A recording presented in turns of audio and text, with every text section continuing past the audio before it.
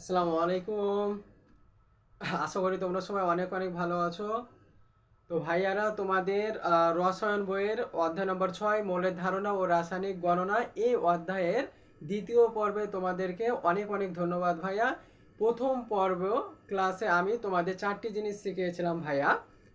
একটা হচ্ছে যে আণবিক ভর নির্ণয়, শতকরা সংযুতি নির্ণয়, অণুর সংখ্যা নির্ণয় এবং পরমাণুর সংখ্যা নির্ণয়।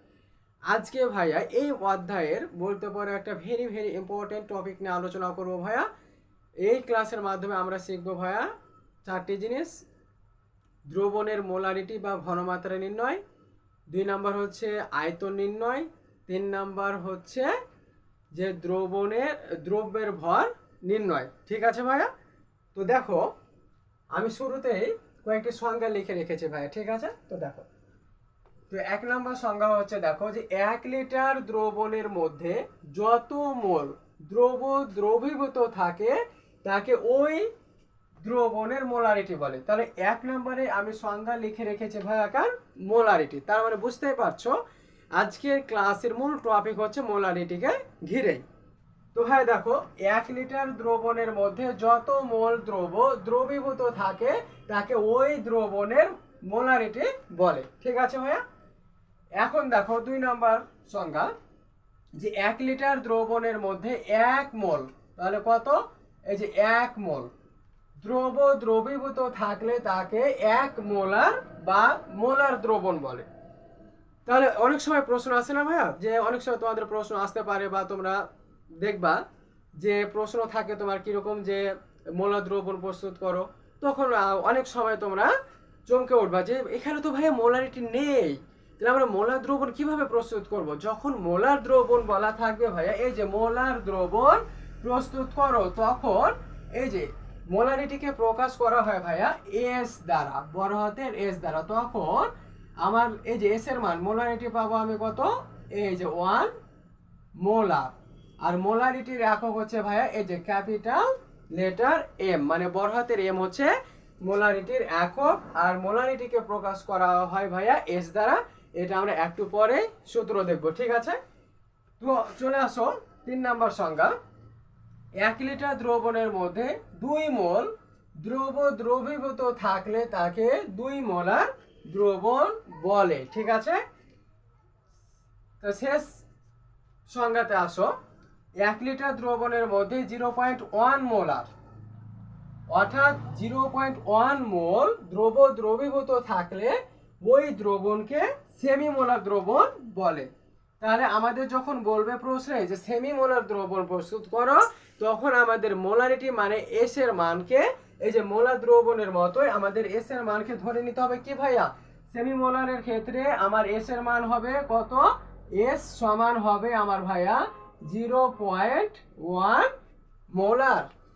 এখন ভাইয়া এখানে জাস্ট আমি যদি একটু চেঞ্জ করে দিই ভাইয়া, যেমন দেখো 0.5 করে দিই ভাইয়া, তাহলে কিন্তু এটা আমার হয়ে গেল কি ডেসিমোলার। তাহলে আমার হয়ে গেল সংজ্ঞাটা চেঞ্জ হয়ে যাবে কি ডেসিমোলার।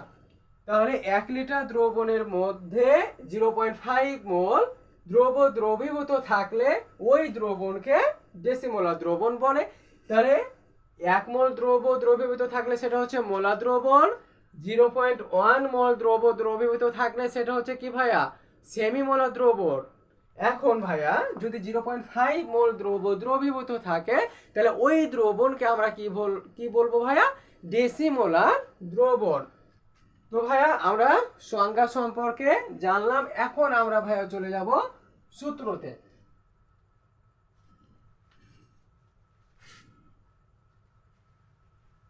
তো এই মোলারিটি খুবই একটা সহজ জিনিস। ঠিক আছে ভাইয়া, নির্ণয়। তো দেখো সূত্রটি হচ্ছে এস সমান ডব্লিউ সমান এস ভি এম ভাগ হচ্ছে 1000। তাহলে সূত্রটা হচ্ছে কি ভাইয়া? দেখো তো, যে ডব্লিউ সমান এস ভি এম, তাহলে দেখো ডব্লিউ সমান এস ভি এম ভাগ হচ্ছে কত? 1000। এখন ভাইয়া এখানে ডব্লিউ কি, এস কি, ভি কি, এম কি, আমাদের এ প্রত্যেকটা যে এখানে দেখো প্রত্যেকটা যে প্রতীক রয়েছে, এই প্রত্যেকটারই আমরা অর্থ জানবো, ঠিক আছে ভাই। তো দেখো এই ডব্লিউ সমান হচ্ছে গ্রাম এককে ভর, তাহলে ডব্লিউ সমান কি গ্রাম এককে ভর।